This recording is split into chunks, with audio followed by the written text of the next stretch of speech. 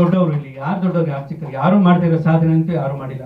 ದೊಡ್ಡವರೆಲ್ಲ ಹಾಕೊಟ್ರೆ ಹೆಜ್ಜೆ ಗುರುತಿನಲ್ಲಿ ನಾವು ಮನೆ ಕಟ್ಕೊಂಡು, ಗುಡಿಸ್ತಾ ಕಟ್ಕೊಂಡು, ಅರಮನೆ ಕಟ್ಕೊಂಡು, ದೊಡ್ಡವರ ಸಾಧನೆಯ ಹೆಜ್ಜೆ ಗುರುತುಗಳಲ್ಲಿ ನಮ್ಮ ನೆಲೆ ಕಂಡುಕೋತಾ ಇರುವಂಥವ್ರು ನಾವು. ಅವ್ರ ಪಾದ ಧೂಳುಗಳನ್ನು ಹಣೆಗಿಟ್ಕೊಂಡು ಏನೋ ಬ್ರೈಟ್ ಆಗಿ ಕಾಣಿಸೋರು ನಾವು ಕ್ಯಾಮ್ರಾ ಮುಂದೆ. ಅವೆಲ್ಲ ಏನಿಲ್ಲ, ನಾವೆಲ್ಲ ಕಲಿಬೇಕಾ ತುಂಬ ಜನ, ನಾವೆಲ್ಲ ವಿದ್ಯಾರ್ಥಿಗಳು. ಹಾಗೆ ನೋಡೋಕೆ ಹೋದ್ರೆ ನಾನು ಸ್ವಲ್ಪ ಮುಂಚೆ ಬಂದ ವಿದ್ಯಾರ್ಥಿ, ಈತ ಸ್ವಲ್ಪ ಆಮೇಲೆ ಬಂದ ವಿದ್ಯಾರ್ಥಿ, ಆತ ಆಮೇಲೆ ಬಂದ ವಿದ್ಯಾರ್ಥಿ. ಎಲ್ಲರ ವಿದ್ಯಾರ್ಥಿಗಳೇ ಹೊರತು ಇಲ್ಲಿ ಮಾಸ್ಟರ್ ಅಂತಾನೆ ಕೆಲವರು ಇದ್ದಾರೆ, ಅಂಥವ್ರು ಮಾತ್ರನೇ ಮಾಸ್ಟರ್ಸ್. ನಾವೆಲ್ಲ ವಿದ್ಯಾರ್ಥಿಗಳು ಕಲಿತಿದ್ದೀವಿ, ಕಲಿಯೋ ಪ್ರಯತ್ನ ಇದೆ. ಆ ತಾಯಿ ಸರಸ್ವತಿ 4 ಅಕ್ಷರಗಳನ್ನ ಭಿಕ್ಷೆ ಕೊಡ್ತಾಳೆ.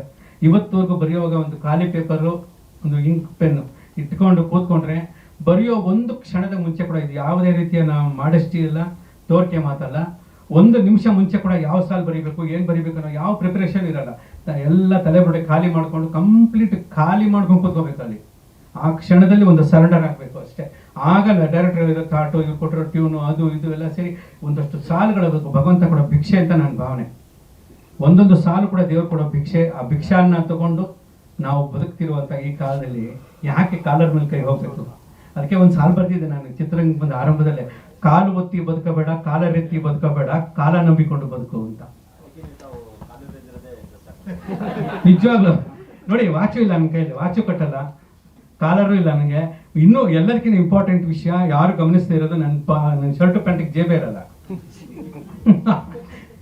ಜೇಬ್ ಇಲ್ಲದಿರೋಂಥ ಬಟ್ಟೆ ತುಂಬಾ ಅದೇ ಒಳ್ಳೇದು. ಜೇಬ್ ಇಲ್ದಿದ್ರೆ ಪರವಾಗಿಲ್ಲ, ಜಾಬ್ ಇರ್ಬೇಕು ಯಾವಾಗಲೂ ಅಷ್ಟೇ. ಆ ಜಾಬ್ ಭಗವಂತ ಕೊಟ್ಟಿದ್ದಾನೆ, ಹಾಗೆ ಇದೆ. ಅದಕ್ಕೆ ಕಾಲು ಒತ್ತಿ ಬದುಕಬೇಡ, ಕಾಲರೆತ್ತಿ ಬದುಕಬೇಡ, ಕಾಲ ನಂಬಿಕೊಂಡು ಬದುಕು. ಆಳು ನಂಬಿ ಬದುಕಬೇಡ, ಆಳೋನ್ ನಂಬಿ ಬದುಕಬೇಡ, ನೀನ್ ತೋಳು ನಂಬಿಕೊಂಡು ಬದುಕು. ಬೇಡಿ ಮತ್ತಿಲ್ಲಂದ್ರೆ ಮುಂದೆ ಬರೋ ಪ್ರೊಡ್ಯೂಸರ್ಗಳು ಅವ್ರಿಗೆ ಜೇಬಿಲ್ಲ, ದುಡ್ಡು ಬೇಡ, ಬರೀ ಜಾಬ್ ಕೊಡೋಣ. ಇಲ್ಲ ಆ ರೀತಿ ಅಲ್ಲ. ನಮ್ಮ ನೆಲೆಯ, ನಮ್ಮ ಮಣ್ಣಿನ ಪ್ರೊಡ್ಯೂಸರ್ ಡೈರೆಕ್ಟರ್ಸ್ ಯಾವತ್ತಿಗೂ ಅನ್ನೋದಾದ್ರೆ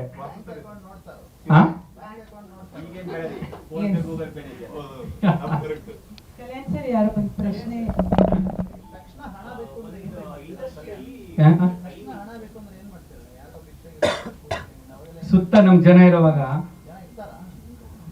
ಇರೋದಕ್ಕೆ ಅಲ್ವಾ. ಏನಿಲ್ಲ, ಈಗ ಏನಾಗ್ಬಿಟ್ಟಿದೆ ಅಂದ್ರೆ, ನೀವೆಲ್ಲ ಮಾಡಿರೋ ಆಶೀರ್ವಾದದಿಂದ ಹಣ ಇಲ್ಲದೆ ಇದ್ರು ಕೂಡ ಒಂದು ಹೋಟ್ಲಿಗೆ ಹೋದ್ರೆ ದೋಸೆ ಸಿಗುತ್ತೆ, ಒಂದು ಹೋಟ್ಲಿಗೆ ಹೋದ್ರೆ ಕಾಫಿ ಸಿಗುತ್ತೆ, ಇಮಿಡಿಯೇಟ್ ಆಗಿ ಬಂದು ವಾಪಸ್ ಹೊಟ್ಟೋಗ್ಬೋದು. ಆ ಮಟ್ಟಕ್ಕಂತೂ ಪ್ರೀತಿ ಕೊಟ್ಟಿದ್ದಾರೆ ಜನ. ಅಲ್ಲ, ಈಗ ಅದರ ದಿಕ್ಕು ದೆಸೆಗಳು 100 ಆಗ್ಬಿಟ್ಟಿದೆ. ಈಗ ಮುಂಚೆ ಆದ್ರೆ ಒಂದು ಚಿತ್ರ ತಯಾರಿಕೆ ಆಗಿ ಒಂದು ವೇದಿಕೆಗೆ ಬಂದು ಅದರ ಧ್ವನಿ ಸುರುಳಿ ಬಿಡುಗಡೆ ಅನ್ನೋದೇ ಮೊಟ್ಟ ಮೊದಲ ಪರಿಚಯ. ಇಡೀ ಚಿತ್ರತಂಡದ ಪರಿಚಯ ಜನಕ್ಕೆ ಆಗ್ತಾ ಇದ್ದಿದ್ದು ಅದೇ ಮೊಟ್ಟ ಮೊದಲು.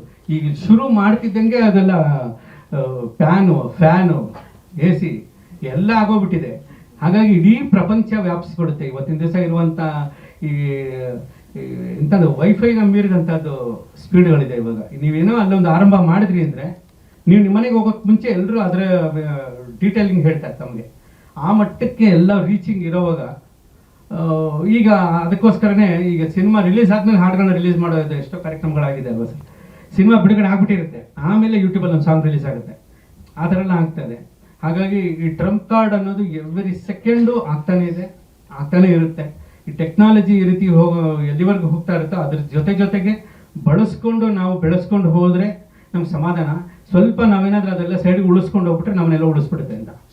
ಹಾಗಾಗಿ ಟೆಕ್ನಾಲಜಿನ ನಾವು ತಪ್ಪಾಗಿ ಅರ್ಥೈಸ್ಕೊಳ್ಳದೆ ಅದನ್ನು ಎಷ್ಟು ಬೇಕೋ ಅಷ್ಟು ಸದುಪಯೋಗ ಪಡಿಸ್ಕೊಂಡು ನಮ್ಮತನವನ್ನು, ಯಾಕಂದರೆ ಈ AI ಅನ್ನೋದನ್ನು ಸೃಷ್ಟಿ ಮಾಡಿದ್ದು ಮನುಷ್ಯ, ಅದನ್ನ ಮನುಷ್ಯನ ಸೃಷ್ಟಿ ಮಾಡಿದ ಭಗವಂತ.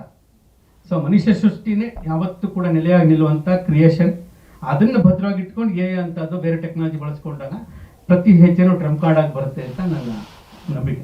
ಸ್ವಾದಿಷ್ಟತೆಯ ಸ್ವಾದ, ತಾಜಾತನದ ಆಹ್ಲಾದ, ಉತ್ತಮ ಆರೋಗ್ಯ ಮತ್ತು ಹೆಚ್ಚಿನ ರೋಗ ನಿರೋಧಕ ಶಕ್ತಿಯ ವೃದ್ಧಿಗೆ ಈಗ ನಿಮಗೆ ಸಿಗುತ್ತಿದೆ ಉತ್ತಮ ಗುಣಮಟ್ಟದ ಪೌಷ್ಟಿಕಾಂಶ Shri Vaidik millet health mix. ಇದು ಸಿರಿಧಾನ್ಯಗಳ ಸಂಪತ್ತು.